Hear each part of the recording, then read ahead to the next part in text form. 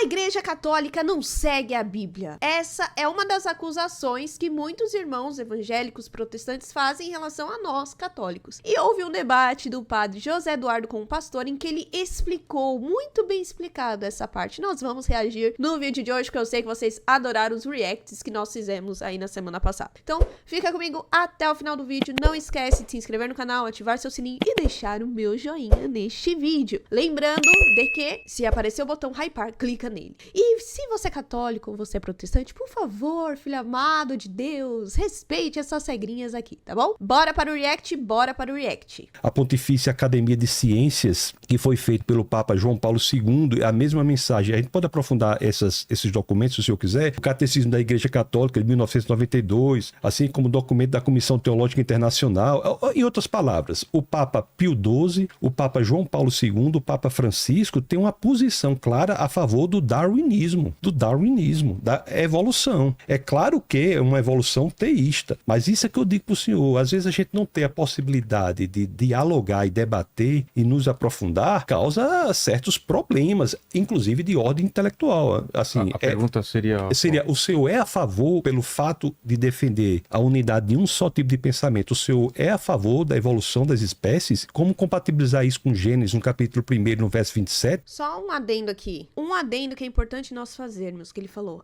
Falta de diálogo, debate. Não. A Igreja Católica, aliás, ela é muito criticada por alguns de dentro da igreja por dialogar e conversar demais com as pessoas. Seus documentos estão todos disponíveis de forma online, os seus pensamentos, os papas. Então, não é falta de diálogo e debate. Muitas vezes, as pessoas colocam coisas na cabeça sobre a Igreja Católica ou baseada na comunicação equivocada, vamos colocar assim, né? De alguns meios de comunicação ou daquilo que eles acham que nós católicos somos. E aí, quando a gente vai ver na realidade mesmo, e o padre José Eduardo vai mostrar isso aqui nesse trecho, a gente vê que não é bem assim. Que é uma das 3 situações do capítulo 1 de Gênesis, que é o uso do verbo boró, que é a criação da humanidade, que claramente não pode ser proveniente de animais inferiores. Tá, então... Quando eu falo assim, sobre a necessidade de focar numa questão para não abrir muito, é porque nós perdemos o fio condutor e aí a gente não sai do lugar. Quer dizer, é como se você abrisse uma avenida e deixasse um monte de portas abertas. Então vamos fechar aqui algumas portas, né?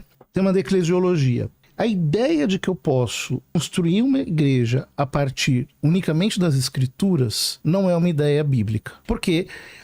os apóstolos fundaram a igreja a partir de nosso Senhor Jesus Cristo antes de que houvesse as escrituras. Então há uma procedência ontológica da igreja em relação às escrituras. O que é ontológica? Quer dizer, a igreja existe antes que as escrituras e especialmente no Novo Testamento. O Novo Testamento, ele nasce na igreja e não é o contrário. Tá.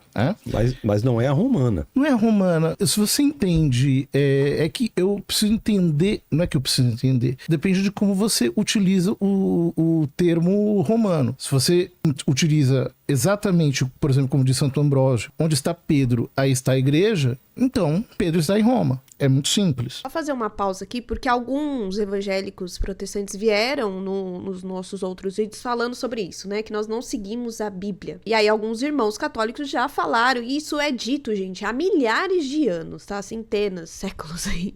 E vamos explicar aqui, porque tem gente que confunde. Fala, então quer dizer que a igreja veio antes da palavra de Deus? O que o padre José Eduardo está falando aqui é aquilo que é escrito, papel, pergaminho, Bíblia, a nossa Bíblia. Essa parte que foi escrita, ela veio após os apóstolos. Quem escreveu foi os apóstolos. Então, antes da Bíblia existia o que nós chamamos de tradição, porque a palavra de Deus era transmitida de forma oral. E aí, diante de tudo aquilo que aconteceu, os apóstolos foram escrevendo e aí formou-se aquilo que nós temos hoje da Bíblia. Por isso que a Igreja Católica, ela tem 3 pilares: palavra de Deus, a tradição e o magistério da igreja. O magistério da igreja, que é baseado sobre Pedro, que foi o que padre José Eduardo falou aí, a tradição nessa questão que eu disse, e óbvio que a palavra de Deus, que é, né, o Deus encarnado que veio, nos transmitiu, e também toda a tradição lá do Antigo Testamento, tá? Então, resumidamente, é isso, que eu sei que vai ter gente que não vai entender, mas é isso. Por que Pedro está em Roma, pai? Por que Pedro está em Roma? Porque Pedro exerceu o episcopado no final de sua vida em Roma. Sim, mas no começo não. Na fundação não. Mas ele terminou o episcopado em Roma e Paulo terminou o seu episcopado em Roma. Mas na fundação da igreja não. Ambos fundaram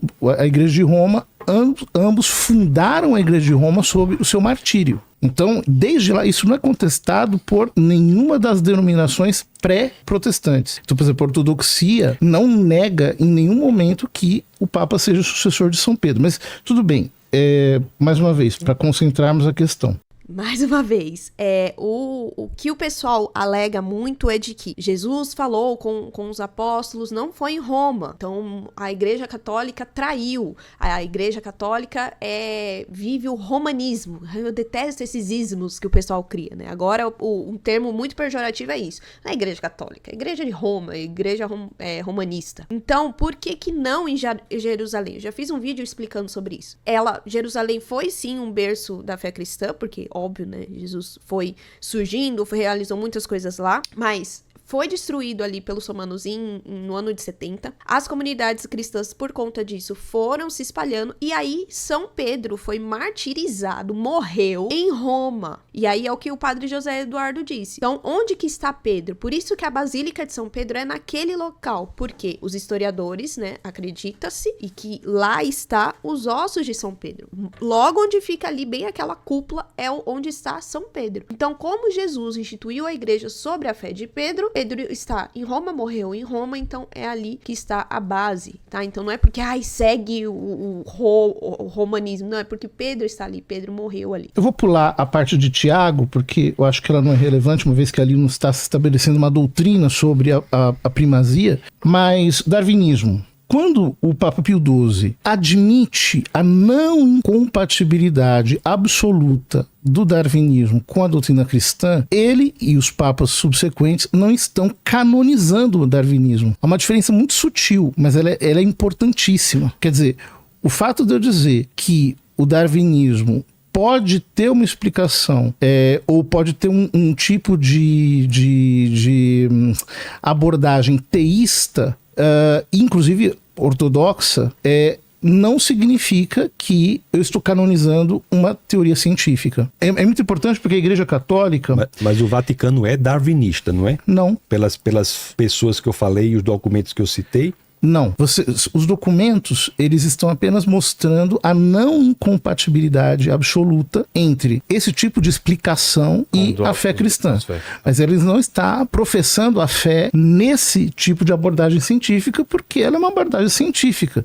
Os modelos científicos, eles por definição, não são permanentes. Eles vão sendo contestados pela própria ciência ao longo dos tempos. Então, a igreja não foge do seu escopo, da sua área de, digamos assim, da sua específica autoridade falar sobre esses temas. Então, por exemplo, Pio XII garante que dentro do darwinismo, o poligenismo, por exemplo, não é compatível com a doutrina católica. A Igreja Católica não é poligenista, eu concordo com o senhor. Isso é verdade. Agora, é monogenista. Isso. Agora, e depois, que você não pode utilizar, por exemplo, os modelos evolucionistas para daí decalcar verdades filosóficas, antropológicas, teológicas, etc. Então, a igreja estabelece, digamos, os limites epistemológicos, mas sem professar sua fé naquilo. Sem querer usar, mas usando a terminologia que o senhor falou, eu vou fazer isso porque o senhor falou, mas fica como se fosse uma nova Torre de Babel, então, da mesma forma. Não. Cada um diz uma coisa. Não. Eu preciso saber o que é de fé e o que não é de fé. Quer dizer, uma coisa é o que é de fé, ou seja, o que é revelado por Deus. Eu não posso, digamos assim, utilizar a divina revelação para dar suporte a uma teoria científica que pode ser descartável. A divina revelação é permanente. Então, quando a igreja diz que não, a fé é esta aqui. Essa hipótese científica, ela tem essa possibilidade, tem aquela outra possibilidade. Ela não está professando a fé naquela hipótese científica, mas ela está apenas estabelecendo os limites epistemológicos que fazem com que ela seja admissível ou não no diálogo com a fé. Gente, eu já falei isso nos outros vídeos, que depois o pastor vai puxar um outro assunto e ele acaba misturando muita coisa, mas o equilíbrio do padre José Eduardo em explicar temas que dentro da cabeça de alguns é muito complexo e ele torna essas informações muito mais claras e simples. E é um exemplo para nós católicos também. Por exemplo, ele falou que nós precisamos saber a diferença entre algo que é canônico e o que não é. Ou seja, aquilo que é, né, de fato, a mesma coisa que o pessoal fala, né? o Papa não disse ex cátedra, então não tenho que levar em consideração. Não. Aquilo que o Papa fala, você tem que levar em consideração sim. Mesma coisa em relação aos documentos que ele citou aqui. Os papas fazem um documento sobre questões científicas ou até mesmo políticas, como já foi falado sobre capitalismo, socialismo, comunismo, marxismo, para trazer sobre aqueles assuntos à luz da fé. E não esses assuntos serem maiores do que a fé. Isso que o padre José Eduardo está dizendo aqui. A Igreja Católica não é darwinista, é a Igreja Católica de Cristo. Ela professa sua fé em Cristo. A oração do creio é o que é a base da Igreja Católica. Nada que venha fora disso, ela vai professar a sua fé. Então é isso que nós temos que aprender a enxergar para quem quer entender e estudar a doutrina católica, é isso. E para nós católicos, aprender com o exemplo do padre José Eduardo, que ele tem uma coragem que poucos padres e poucos leigos têm, até porque debater não é fácil, debater precisa de muito emocional e que não é todo mundo que tem. A gente já viu muitos debates, quase tiveram porrada ali nesses podcasts. Tem que ter estudo e uma diferença para nós que somos cristãos diante desses debates. Você tem que ter muita firmeza na sua fé, para você não vacilar e não ficar numa dúvida quando você é contestado. Porque diante desses debates, as pessoas ficam cortando a sua linha de raciocínio. E você vai ver isso durante esse podcast, foi um grande exemplo disso. O padre estava explicando, o pastor ia lá e cortava. O padre estava explicando. Foi uma hora ou outra que a gente vê que o padre... perdia um pouco a paciência e cortava o pastor, né? Mas é um exemplo pra nós, né, em relação a debate, porque muitas vezes nós debatemos mais em comentários, né? Não é, a gente tem tempo de pensar, de ler é muito mais fácil pra poder raciocinar. Agora, quando a gente tá num debate, a pessoa joga e aí você já tem que ter uma linha de raciocínio muito rápida. Então, o padre José Eduardo mostra esse equilíbrio, vontade de não ser igual Pedro, pegar a espada e cortar a orelha do outro. E aí, isso mostra o quanto nós precisamos estar sempre em Deus e conhecer muito bem a nossa doutrina para nós não vacilarmos. Então, eu gostei bastante de fazer esses reacts aqui desse podcast, porque apesar de algumas coisas terem irritado, alguns de vocês até falaram que nem conseguiram assistir, foi de grande valia e ajudou a gente a refletir e aprender um pouco mais ou reforçar mais alguns ensinamentos sobre a nossa igreja, né? Então agora me conta, você conseguiu assistir o debate inteiro?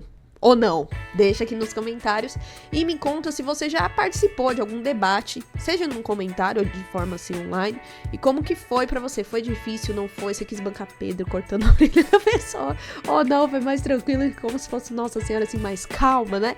Deixa aqui nos comentários, mas por favor, filho amado de Deus, respeite essas regrinhas aqui, tá bom? Não esquece também do meu joinha, de se inscrever no canal e ativar o seu sininho. Então é isso, até o próximo react, até os próximos vídeos. Tchau!